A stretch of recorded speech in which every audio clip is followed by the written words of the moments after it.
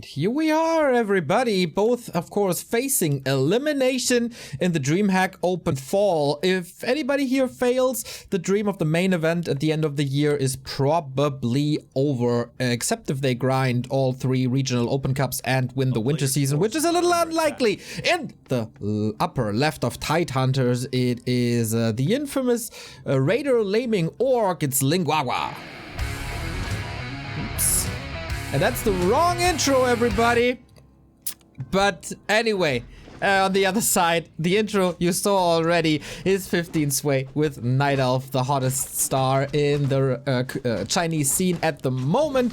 When Infi and TH are not participating anymore, we need some new good prospects, and he steps up his game after a couple of College League wins being picked up by LP Club, and now among the ranks of the greatest in the scene. What do we get here, everybody? Pretty standard so far. We have an early shop with the Blade Master picking up items right away as he wants to go out in the middle of the map and then creep up a bit and be able to heal up from those. We saw that being manageable nowadays with a little bit of delayed gold mining and more lumber at the start. Really nice how the orcs have been progressing and developing their builds, as this has been their hard to play matchup for quite a while now, right? Yes. It started at 1.30 when the Keeper was absolutely dominant. It's been shifting a bit back and forth for a short period there. It seemed like it was the Night Elves having issues with the Orcs, but Moon once again turned that around, as we saw also in the group stage here. But it's a standard play so far. Guagua, a player who loves to go for run-bys, for cheeses, for shockwave and so on. He's going to have a tough time doing that against the Keeper, who's normally pretty safe against all of that. Came in with a nice block, but can't quite save the burrow, so the first bit of success here goes to the Night Elf. Yeah, and that is level 2 for him as well, thanks to creeping at the same time. Little bit of a rough early game for Guagua. Blade Master pretty much not able to create space, but very early War Mill. 40% of the tech. Is it just because he has these resources laying around? Or is that a headhunter transition? Might just be because of the gold surplus, although at this point it's also where we could just see the third burrow coming in. Headhunter is normally not the most popular against Night Elf because the Keeper is so excellent at hunting them down once he gets level 3, which is still going to be a little ways off. We've seen from other orcs before that you can also try to go for that speed scroll pop, run across the map and prevent the level 2 by stealing the last hit on the Flesh Eater. But it's always the question if the timing's going to work out, if that all is going to line up perfectly. Getting the staff here, that's pretty nice, as Guagua finds the expansion timing, trying to cancel it, but with the Keeper around, not gonna happen, but at least he knows exactly when it should be coming up. Yeah, and then he can get a timing done for himself as well. Should be fine. Is there a possibility for some super cheese, like Blade Master, Fire Lord, tier 2 push or something? Rather not, right? But would suit Guagua's playstyle.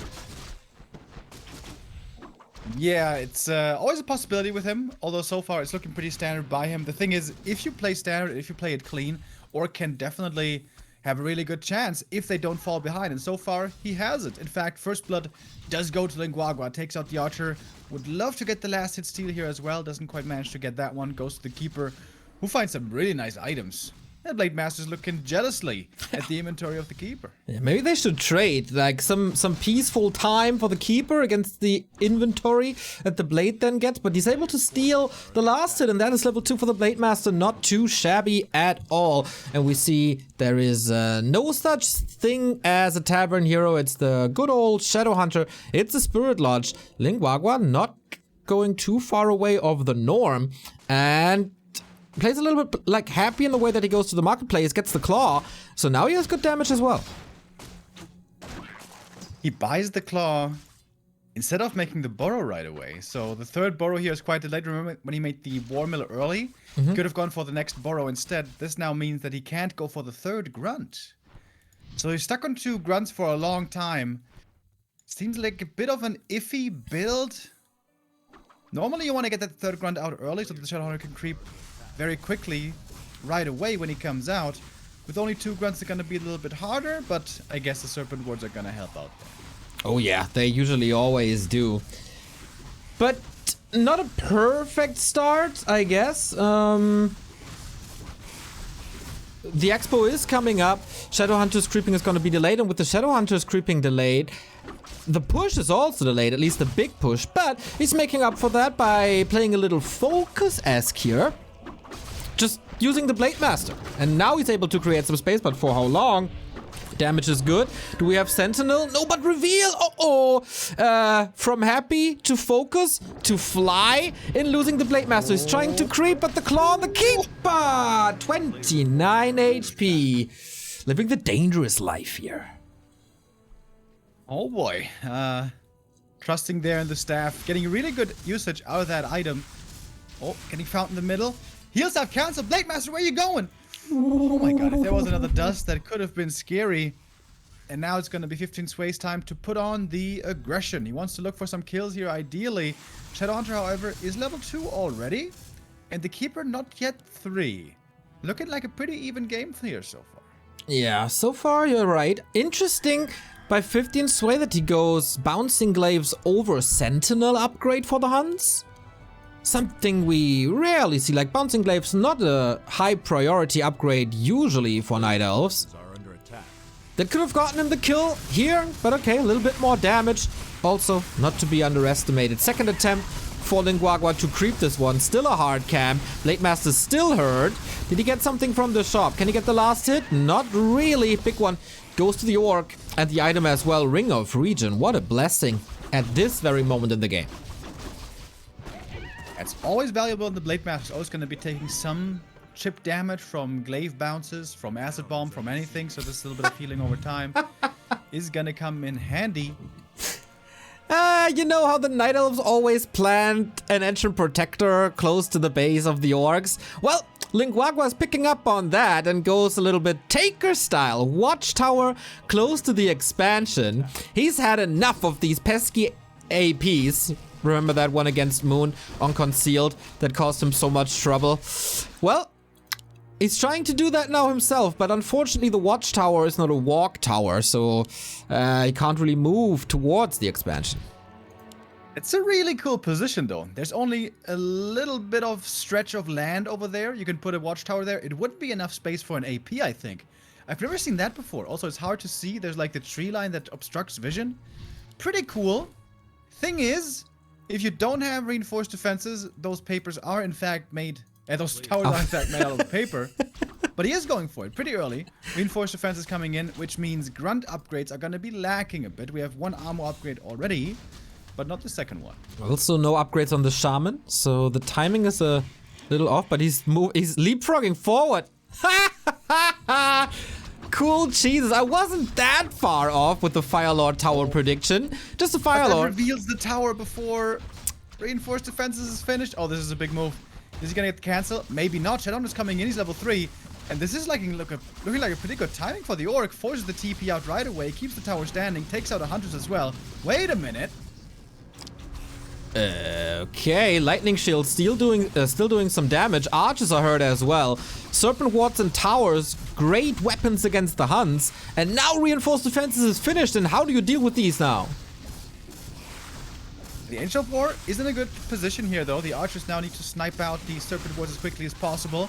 15 Sway perhaps a bit late with the production. 1,000 gold, unable to spend his resource, could also go into more upgrades. He only has 1-1 at the moment on these Archers. Keeper losing HP as well, little by little. Alchemist only now level 2. Finally has the heal spread, but only level 1, of course. Keeper getting targeted, has to go for the invuln. And this is looking not too bad still here. The Shadowhunter, as long as he has mana, he can stay in this push. Absolutely agree. Absolutely agree. And this Ring of Regen is paying dividends now. Getting some free healing, still holding on to the big invuln as well. Chipping away at the Entangled. I would love to see that he's using the Snake Pit to protect upcoming towers closer to the Haunted, to constantly put pressure on it. But I guess there's no additional peon around anymore. Bidding in again with the Windwalk, trying to get more kills. The Blade Master inventory indeed looking good. The thing is, Blade can only be aggressive as long as there's mana. Blade Master gonna survive this one with the Invul Potion. Now the Orc extending perhaps a bit too deep, and the fire is raining down from these archers. So many archers all of a sudden, and where the push looked good a moment ago, now it has been clearly held. Was this enough time for the counter expansion? Not precisely. Seems like perhaps it was started a bit late. 50%. Okay, Blade Master is going for yet another invul potion. But 15 Sway should be fine. He can finally spend his resource now. He's still not on the way to tier 3. This feels like a lot of wasted time. He's queuing 2 upgrades. This uses resources, but it's not instant upgrades, of course. It takes some time. Not as much as in StarCraft, but still a while. Yeah, if you're up base, I think the Night Elf is far enough ahead that he doesn't need tier 3. Only if the Orc has fully counter expanded and you weren't able to break it. Then you can normally take a step back and go to tier 3 without being punished too hard. For the most part, unless you're facing Lin, and then he completely plays out of his mind and you die before you become fully tier 3 viable. Uh-oh. But this is the big Night Elf army. We do have it now, Nia. We have 1 heal scroll as well, 60 supply, more upgrades coming in.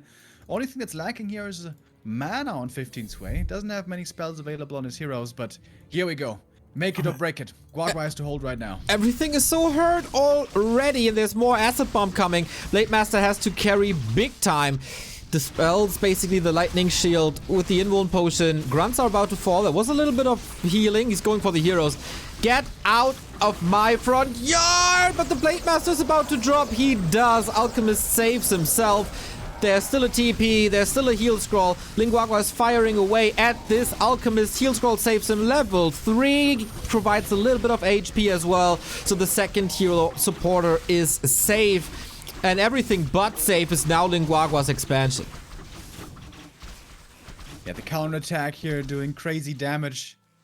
Just a few moments ago, we were over at the Night Elf expansion. It looked good for Guagua, but it seemed like he did take there a bit too long, didn't expand fast enough, and took perhaps a bit too much damage in return.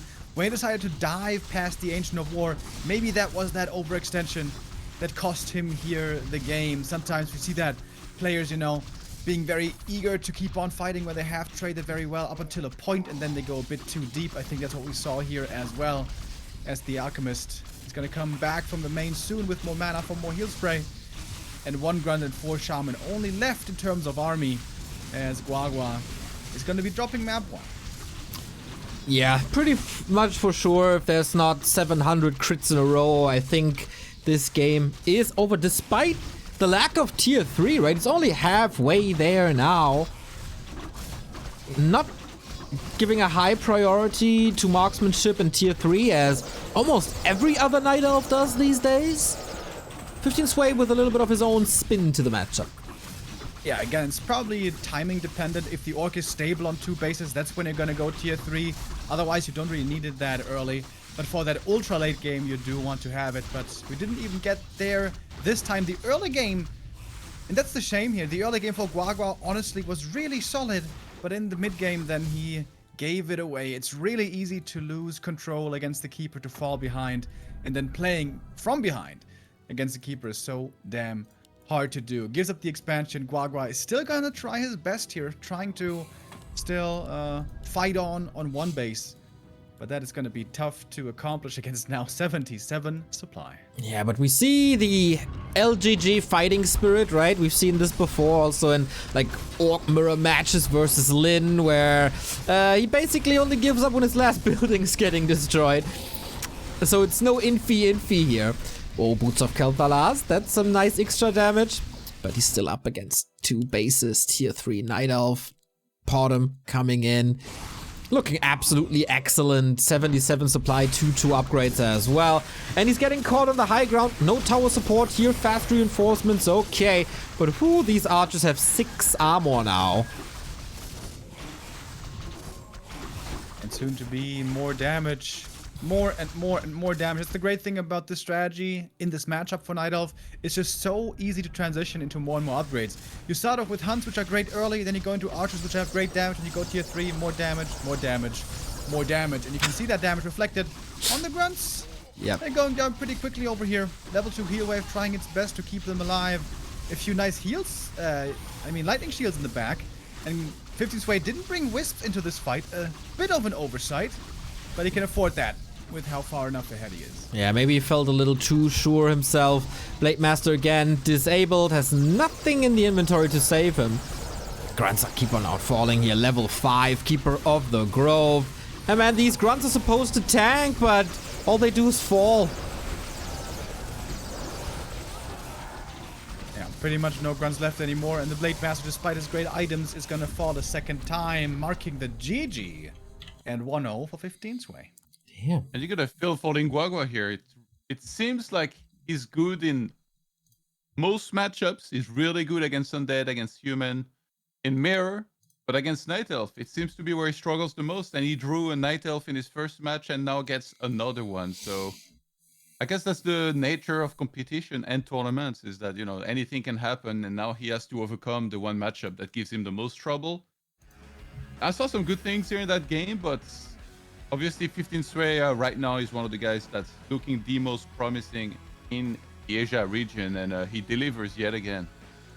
Yeah, I agree. That was his match, though, his map on 15 Sway's side. Now we move into Guagua territory with Concealed. And since the first game was already pretty promising, I really hope that the second map can deliver as well. And maybe he has another pocket strat there with another tower push, but he needs to scout for APs. Please, you suffered so hard at the hands of Soen doing that at WGL. You suffered so hard at the hands of Moon just a couple of days ago here in the first round. Shouldn't happen 3 times in a row. Yeah, especially against Moon, there was a crazy game where Moon was AP pushing so early, even delayed his tech. I would imagine 15 Sway is more gonna go along the lines of normal builds, you know, a Huntress Howl early, then 2 or 3 Moonwell tech, and then maybe an AP. Maybe that's gonna be easier to scout, but yeah, on Concealed Hill, it's always a very viable option, and also pretty reliable for the Keeper to creep up decently well here. Okay. We're already in the lobby waiting for the players to join us. And here they are. And right away we go. No big breaks here. Guagua, he must feel bad. He's always around when it comes to these DreamHacks, but never really too close to the quarterfinal. We always see how good he can be, but the consistency is lagging, and people oftentimes figured him out. His lame style doesn't work anymore. His base race style doesn't work anymore. Hope he came up with a new trick because he needs it so bad when it comes to EPT points. Or, you know, the very good prize money we got here in the Asian region. But in the end, it is match points for 15 Sway, and this must feel good. It is, of course, Fly waiting in the lower bracket final, which is not an easy task at all. But, you know, gotta go for it. And our second match is Concealed Hill, as we said, and we are moving into it right away.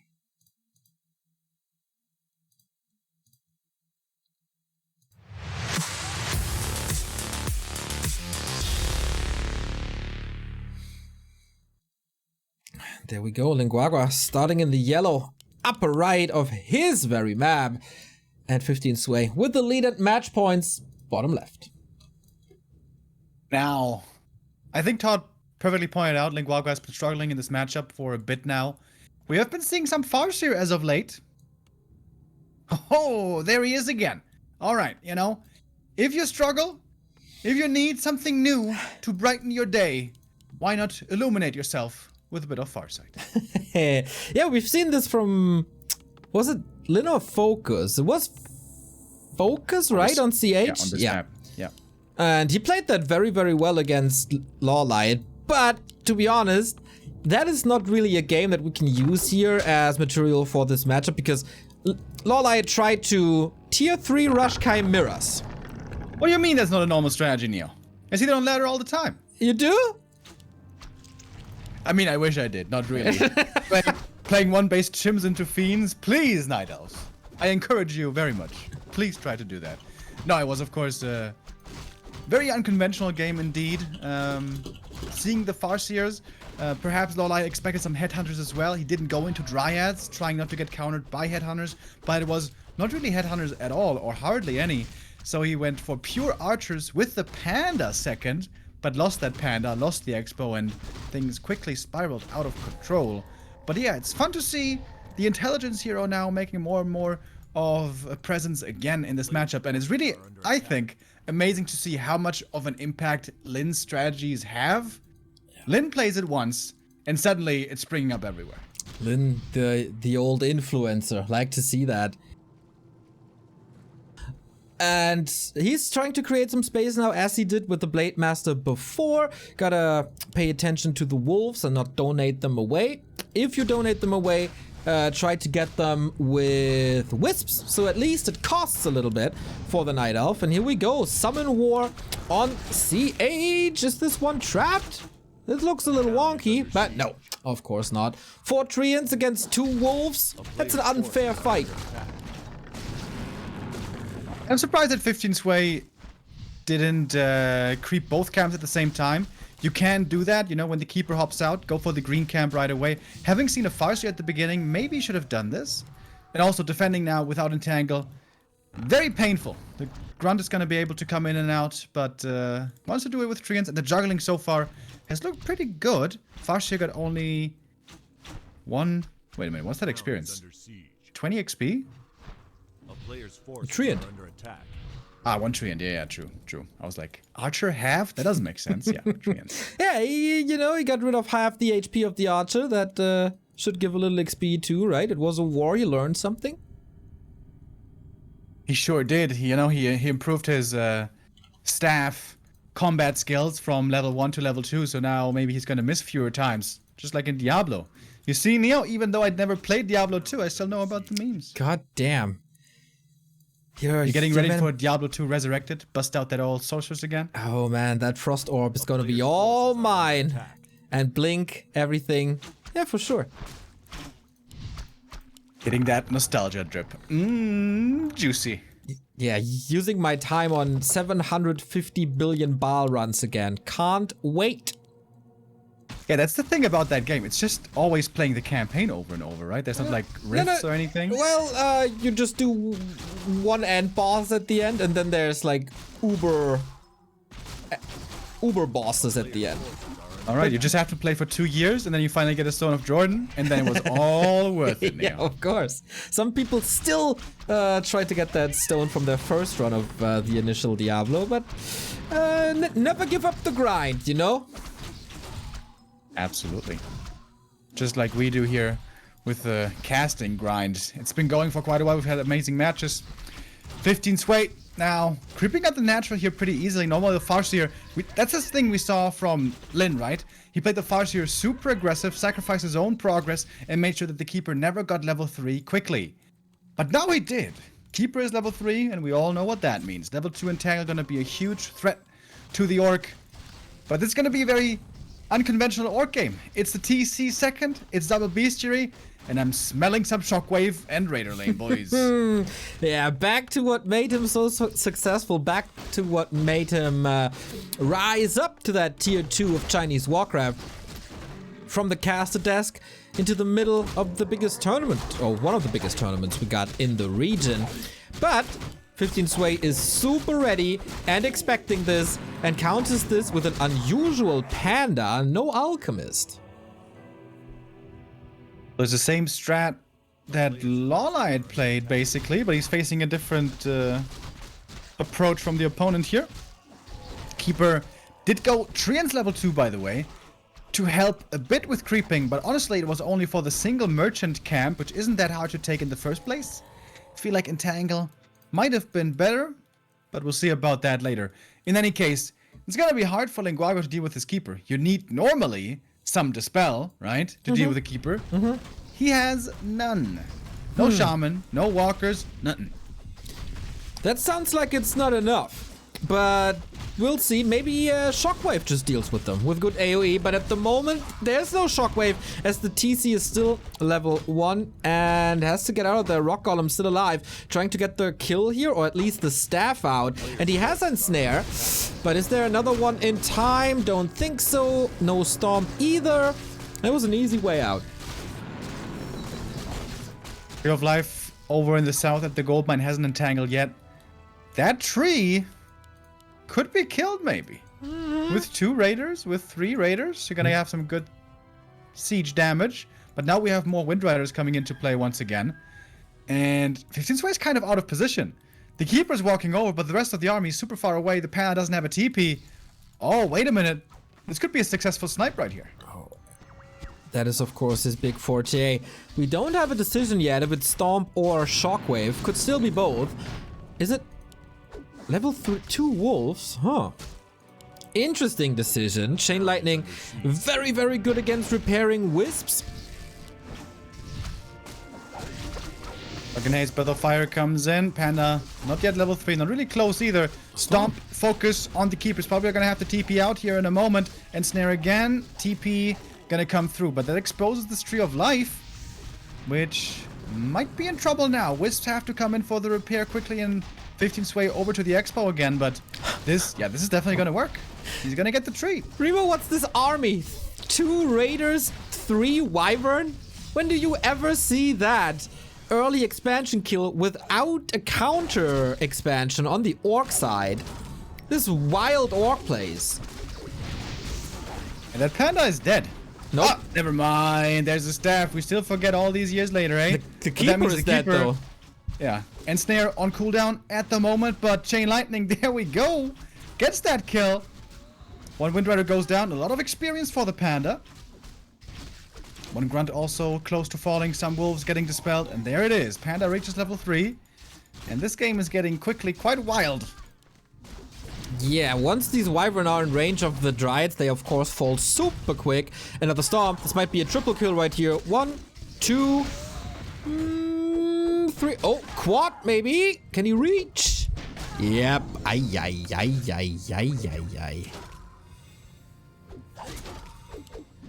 And 15 Sway, not ready for this play. Everything's so low on the Orc side now, though. Can he make it to the shop for the potion? Just barely. Mana Pot as well in the Panda. He's got another Breath of Fire ready. But the Moon Juice is extremely dry. Nighttime still pretty far away. And that was an excellent trade for Guagua. Now he's going to have to fall back, heal up. But he did huge damage right here. Ryman Remo, I like that. 15 Sway not ready for this play. Ready to equalize though here perhaps. Going for a double heal scroll. Oh, and he wants to keep pushing it seems. Ooh. And that is a good idea. I mean, what does 15 Sway have? Basically nothing. 1 Panda and an Archer. It's kind of laughable. Has to wait for the Keeper, I guess. A couple of seconds until he's back. Oh, Guagua has Pillage actually. The Breath of Fire was good. Can go for a Mana Potion. Has one already. Can he get some kills here? These Dryads, man, I don't know. They just don't cut it against these Mass Wyvern. As long as he has 3 to 4 of them, they fall instantly. Now with a better position over the trees. Wait a minute. Can he burn this TC? He has a TP. Oh, no! He didn't use it! Oh, no. Keeper's about to be back. He can take out these ground units pretty easily. Panda, level 4. Oh, that would have been such a good game if he had just saved that. Would you still think it's a good idea to push forward? I don't think so. Oh, the Guagua overcommitment. I've been there so many times. That's just a darn shame. But I think Guagua still has the lead. Maybe. It's a Tavern Revive. The TC's right back again. Gonna go for some heal salves now. Heal up. Problem is, he still doesn't have any Dispel. And this Panda has gotten really strong. The first engagement started with Panda on level 2. Now he's level 4. So it's gonna be a different story. We also have an Engine of Wind, so he's trying to counter the Wyvern with Hippos. That can work out until Bad Riders come into play. Yeah, or most of them getting ensnared and then killed on the ground. Or they just getting focused, like the rest of them in the air, just getting focused. Is really gonna creep this camp? It's gonna beg for a creep jack. Oh, wow. Ooh, He's really trying for it. That's bold. He doesn't have a TP here, by the way. Ooh, what is this game? We go for the Keeper pretty much right away. He has a staff, but both on the Keeper, dead. Yeah, I think that might be it. 15 Sway fought his back here nicely into the game, but kind of weird that he decided to creep there when the Wyvern were right on top of him. and the orc must have healed up, but that's gonna lead to a nice little victory for Guagua on map 2. More and more ensnares easily enough to take out this panda. Without mana, he's not so scary anymore. And 15 Sway calls for the GG. There we go. 1-1. Guagua at least getting one map in this tournament and the chance for survival in the lower bracket semifinal here. Both players take their maps. Still alive, Guagua, and Primo like a psychic here. Talking about fast here, boom, instantly. Guagua agrees with the coach himself, goes for it, and finds success through that. I think that's like really cool to see here on Conceal Hill, but now I think 15 Sway's been put on notice. So now it gets harder to actually go for something like that again and actually pull it off. But we're entering the weird champ, the weird zone here with Amazonia's third map. But first, we enter a little break to give these warriors a little rest. Then we decide this, who's gonna face Fly in the lower bracket final. Guagua or 15 Sway.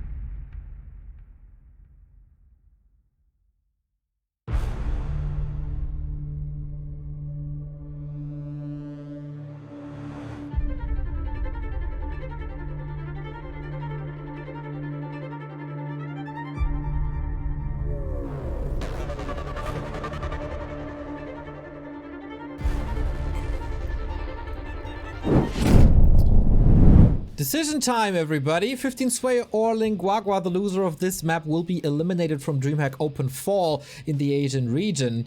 Todd, what's your prediction? 15 Sway or LGG?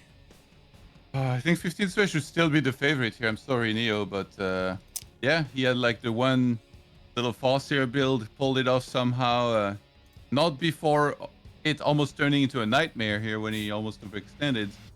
But now we're back to a little bit more normalcy, even though, like I said before the break, we're headed to Amazonia, which might get a little weird with the harder expansion to take. And I wonder if 15 Sway is going to do again. I think he was the one to do that little wall with the Hunter Soul and the Ancient of War to make sure he shielded his tree away from harm. Hopefully he remembers that. We go into map number 3. We're going to decide this lower bracket. Very likable players, both of them. Very interesting players to watch and follow to see their rise throughout the scene, even though they're not the biggest names in the scene yet. But they're always competing, or most of the time competing, and getting better every time. But for one of them, it's the end of the road here. Let's go.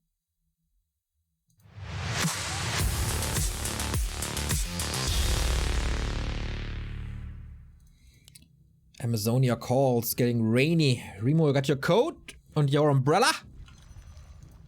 Oh, hell yeah. Need to make sure that wonderful hair of mine doesn't get messed up, Neo. You know me. I know you. If I spend every morning 45 minutes in front of the mirror, I better make sure that rain doesn't mess it up. Like, hopefully this map doesn't mess up the orcs. Usually in the past, this would always be vetoed, but nowadays, orcs have been letting it through more and more. And remembering the vetoes, I was so baffled when I saw this.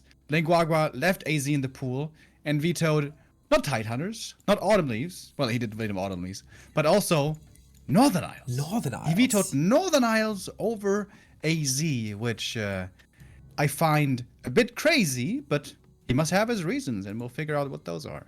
Well, maybe not. If we're not getting him in the winner interview, we can't really ask him, but maybe something's obvious already judging from this map. 15 Sway will probably be very, very happy about this. We're going back to the situation we had on map 1, where it was very successful in a Keeper versus Blade matchup. And from the games this tournament so far, he can just assume that it's a harassing Blade Master, as there's also, once again, no racks. And the peon tried to get the green camp involved, but it was a bit too early. If he had waited until the uproot creep was happening, he could have been involving that camp so that both are active at the same time. Here now it's only the orange camp that has to be worried about by 15 Sway, but the Blade Master is coming. He's boosting with Windwalk and Speed Scroll. Is he going to be in time to get the big creep? This would be the perfect thing to achieve here in the early game. A bit too late for that, but maybe he's going to get the small one. Oh, he misses that one as well, but he will get the third, which is a semi-success, I guess. And there's a little more experience here thanks to the Treant. We'll try to get that second one before it expires. But 15 Sway doing a decent job in keeping this one safe, so the 20 XP will not end up on Yoshura's side. Fast Tech, Barracks follow this up, and now the game really begins. He would love to creep his level 2 here and can do that pretty reliably. He can walk to one side of the map, try to creep the green there, and on the other side, the archers can finish the green camp over there. And with that, it should be quite doable.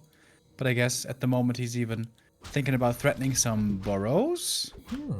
But one of those should come up certainly. Yeah, that happened in game 1 where Guagua was only going for the second burrow. That one was cancelled, so everything was a little late. And I think he can clean this up before. And he absolutely does. So good reactions so far. And 15 Sway, he's going for that wall off again that he did against Fly with the Hunter Soul here at the rope camp. The tree can then ward over. And the Engine of War creating a full wall.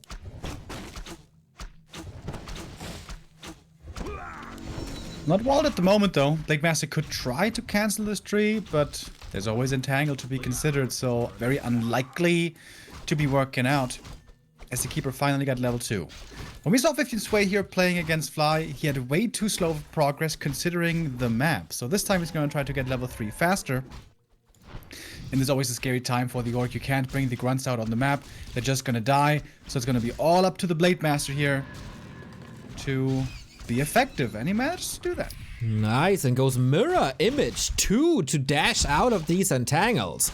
That's something you don't see every day. No critical strike at the early stages. And you know what? I really like it. You know that the Keeper is going to be strong and obnoxious throughout the entire early to early mid game.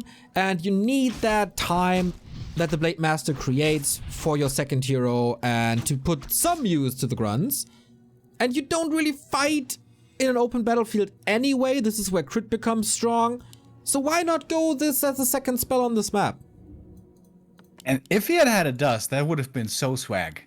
Get out of the entangle, then block the archer and kill her. Oof! That would have been part of the highlight reel for sure, but didn't have a dust. Unfortunately. He got full mana though, so many more windwalks to use, and in fact right now he's just using the Cloak of Shadows. There's a dust on the Keeper. Nice. But he knows that there's Mirror Image, so this is a bit awkward now to do. Doesn't get it. And oh yeah, of course there is animation time. So the Blade Master was using Mirror Image at the fastest possible timing, but it wasn't fast enough. And the experience goes to the Keeper.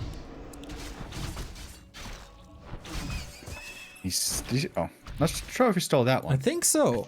I think he did, yeah. Yeah. Dude, this is working out pretty well. This Keeper is still far away from level 3. Tree is up though, has to eat his way through the forest. And Shadowhunter is creeping now. Once again, 2 grunts. Yeah, I guess with this build you kind of have to stay on 2 grunts for a while because the barracks was late. But it's gonna add him in now, soon. 300 gold. Where are they? Shaman coming. 200, Wait, is he right? really staying on 2 grunts only? Looks like it, or it's a little bit of a miss macro. But seems like he's fine for now. Now he adds the 3rd one. Little late. Slipper, oh my. Slippers as well for this Blade Master. Good inventory with the 2 circlets. And 15 sway for this key. It's a very slow Keeper progress because of this 1 steal. He's not level 3. And he didn't do damage at all. And we're close to the 7-minute mark. He's also getting better and better at playing Amazonia. Now, to be fair, when you're facing Moon on AZ, it's still a pretty rough one. But against many others, it's been looking pretty decent, gotta say. Well, tell me a map where it's not hard to play against Moon. Right in dark. You're sure? This guy will probably figure out a creep pattern that he gets all the resurrected creeps on the map and ends up with like 150 supply. Dude, do you remember the chain lightning, dude? Oh my god, I don't want to remember. I don't want to remember. Oh, what a map it was. 1 shaman is gonna go down. That one was a bit too far forward. Shadowhunter, though, with heal wave and Serpent Wood is pretty strong right now. Oh, the bash on the grunt. Oh, that's very unfortunate. Doesn't want to lose that one as well. Right click's coming through. That one falls. That's level 3. Oh, goodness. Things are quickly going from bad to worse. Blade Master is revealed. The big creep still up for grabs. And the rest of the camp is going to be taken by 15 sway. But the expansion is certainly delayed. Oh boy, oh boy, oh boy. These Guagua games, it kind of feels like he's dancing on the edge of a waterfall. And it looks really cool and swag. And you think, hey, this is really risky though, but that dude got balls. And then someone comes up and shoves him off the edge and things fall apart. How can he fix this now? And it's creeping up his Shadowhunter. That's normally a key to success, right? You want to get that level 3. You want to get those Serpent Wards. And normally you want to counter expand. But on this map, you creep the Expo pretty late. Counter expansion would be very delayed for that reason. And it's also easy to push for the Night Elf. So maybe you rather want to go all in with maybe towers. I mean, that's normally something Guagua is quite fond of. Tower, he likes towers. He likes to destroy buildings and secure his own. Shadowhunter now level 3, Scroll of the Beast. Probably not the biggest impact against Night Elf if 15 Sway steps up his Wisp game. We haven't seen a lot of detonates throughout the entire series. So if he does that mistake again, this might be a good item after all.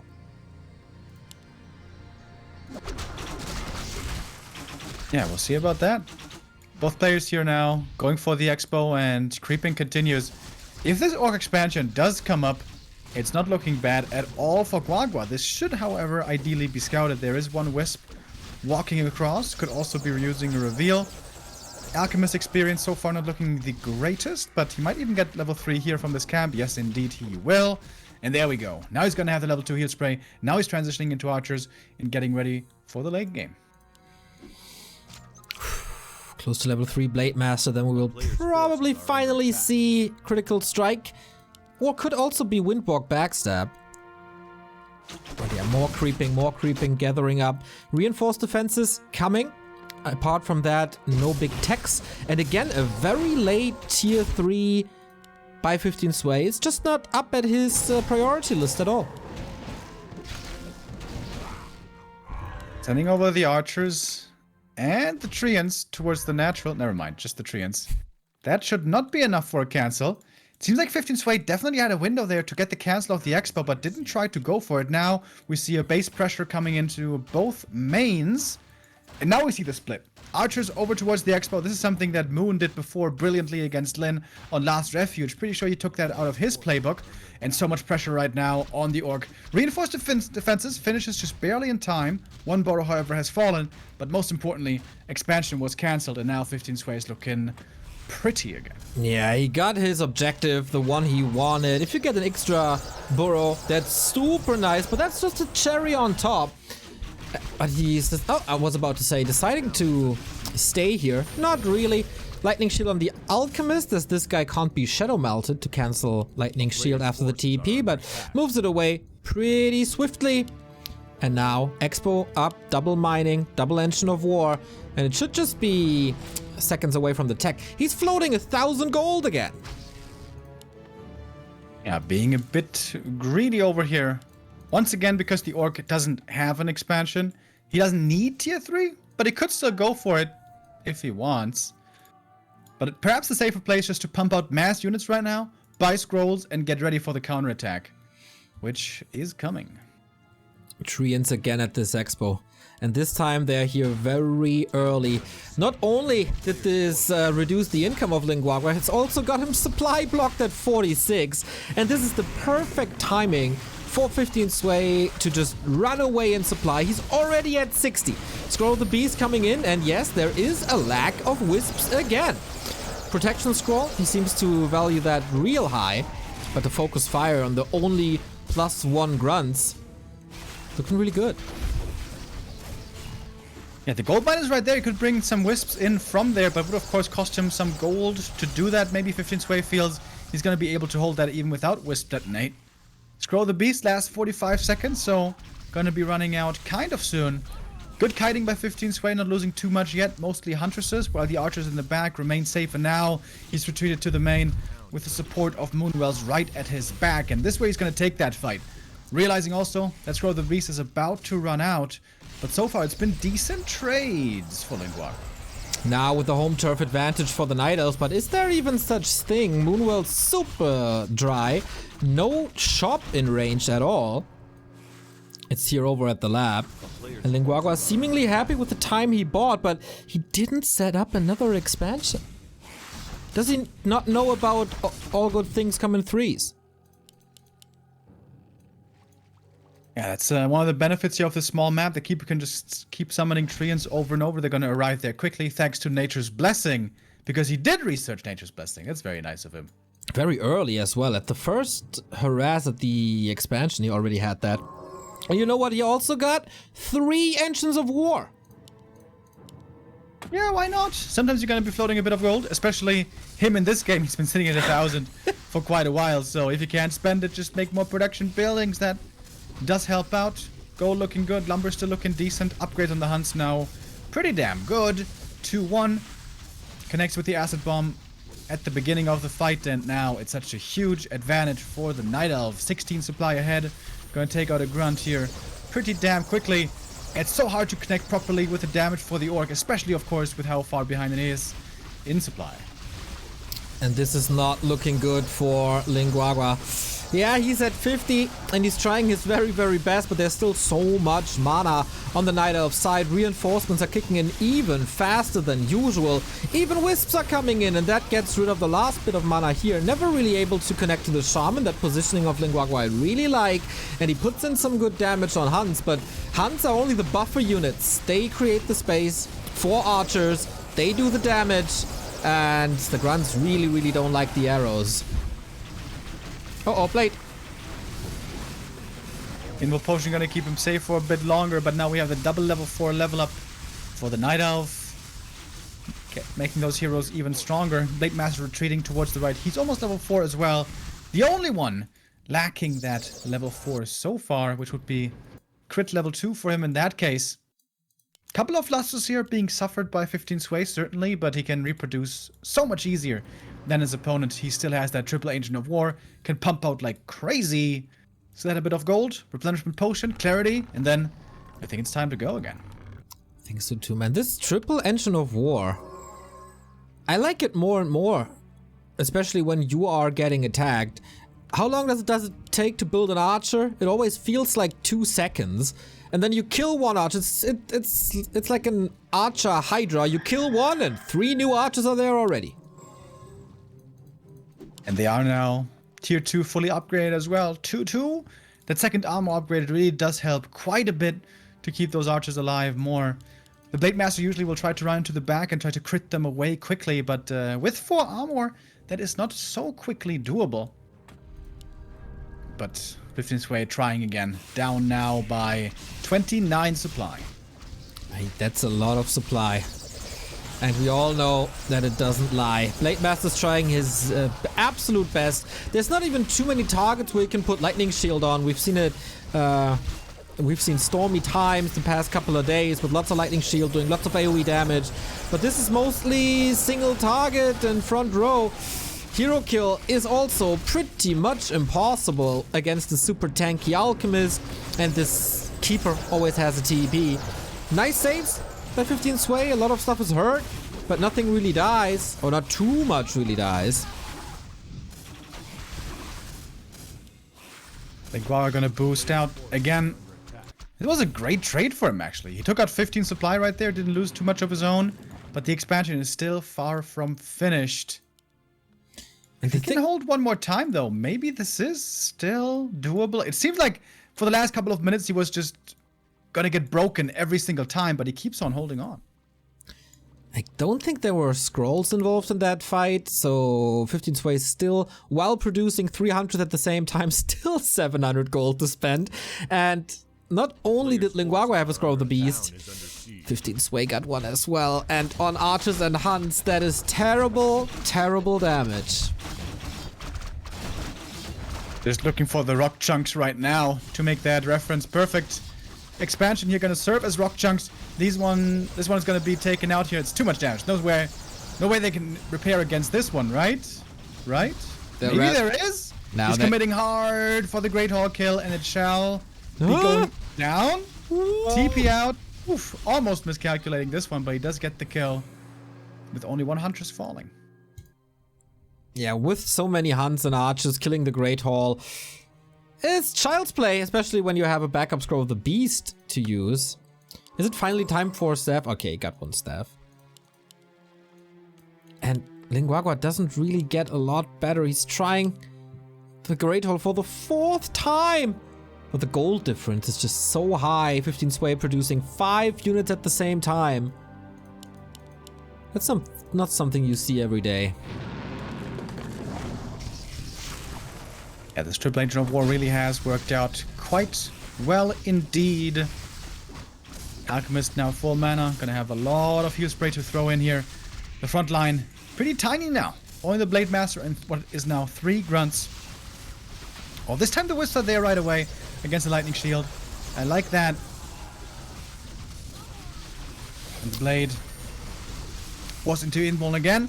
We'll be safe here for 7 seconds. Huntresses have been dying. Quite a few of them this game. The Shadowhunter is close to level 5. Could that be something? There's a lot of Serpent Wards still there. Also, super surprised that this Berserker lasts for such a long time.